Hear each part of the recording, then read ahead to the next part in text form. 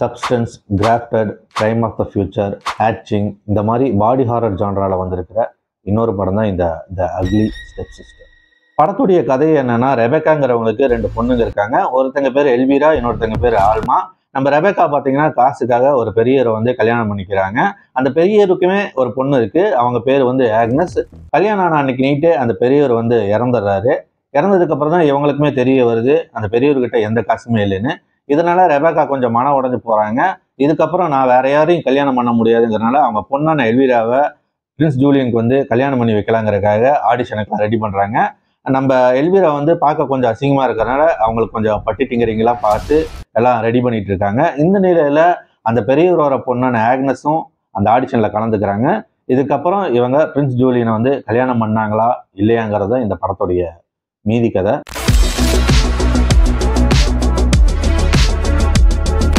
படம் அட்டகாசமா இருந்தது. நம்ம ஃபேரி டெய்ல் சிண்ட்ரெல்லா கதை தான் எடுத்து பட்டி டிங்கரிங்லாம் பார்த்து கொடுத்துருக்காங்க. படத்துல வந்து நேச்சுரலாகவே இந்த பாடி ஹாரருக்கான எலிமெண்ட்ஸ் வந்து இருக்கு. ஏன்னா இந்த கதை நடக்கிறதே பீரியட்ல தான். அந்த பீரியட்லாம் பெருசா மெடிசன்ல எக்யூப்மெண்ட்ஸ்ல எல்லாம் பெருசாலாம் எந்த முன்னேற்றமும் கிடையாது. அதாவது கையா இருக்கணும்னா ரம்பத்தை போட்டு அறுத்து தழுவான எந்த பெயின் கில்லர்ஸும் எதுவும் இருக்காது. வலியை தாங்கிதான் ஆகணும். அந்த மாதிரியான ஒரு காலகட்டத்தில் தான் இந்த படம் நடக்குது. இதனாலேயே வந்துட்டு இந்த பாடி ஹாரருக்கான விஷயங்கள் நல்லாவே ஒர்க் அவுட் ஆகுது இதுல.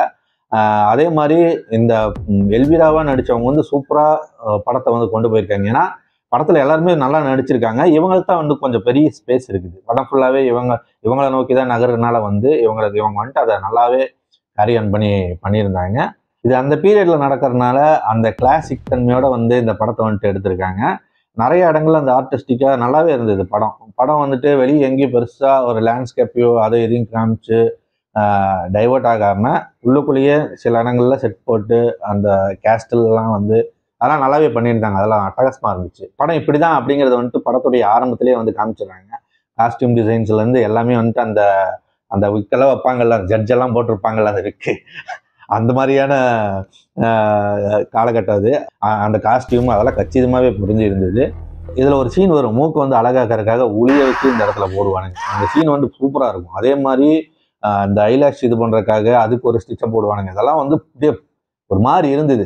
அது வந்து கரெக்டா அந்த பாடி ஹாரர் என்னன்னா நம்மளுக்குள்ள பூத்துறது தான். நம்மளுக்கு வந்து கூச வைக்கிறது தான் அதோட வேலையே.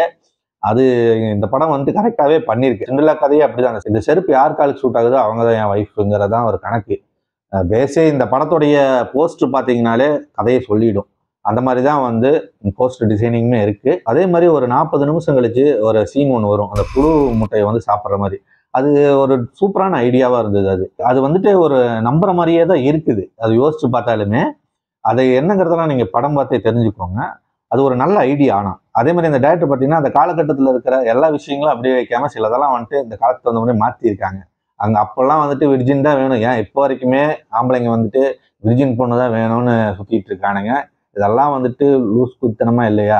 அதை இவனுங்களுக்கெல்லாம் செருப்புல அடிக்கிற மாதிரியே தான் இருக்கு அந்த ஒரு சீனு. எல்வீராங்கிற கேரக்டர் எப்படின்னா, ஒரு டைம் பார்த்தா பாவமா இருக்கிற மாதிரி இருக்கும், இன்னொரு டைம் பார்த்தா கடுப்பாகிற மாதிரி இருக்கும், திரும்பவும் பாவமாகிற மாதிரி இருக்கும். இந்த மாதிரி தான் வந்துட்டு அந்த எல்வீராவோட கேரக்டர் டிசைனிங்கே இருக்கு.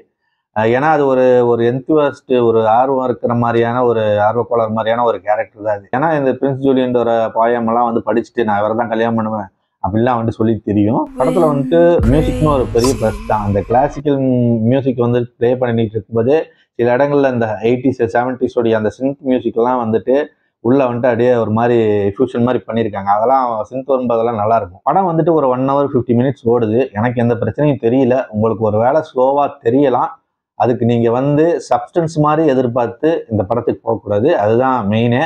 ஏன்னா சப்ஸ்டன்ஸும் இதுவும் வந்துட்டு ஒரே ஜான்ராவா இருக்கலாம். ஆனா கதை வேற. 2 கதைகளும் வேற வேற கதைகள்.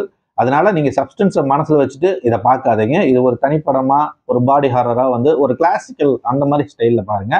ஆனா இது கண்டிப்பா போர் அடிக்காது, உங்களை ஏமாத்தவும் போறது கிடையாது. ஸோ கண்டிப்பா பாடி ஹாரர் ஃபேன்ஸ் எல்லாம் இந்த படத்தை மிஸ் பண்ணாம பாருங்க. நம்ம வேற ஒரு எபிசோட்ல பார்ப்போம். பாய்.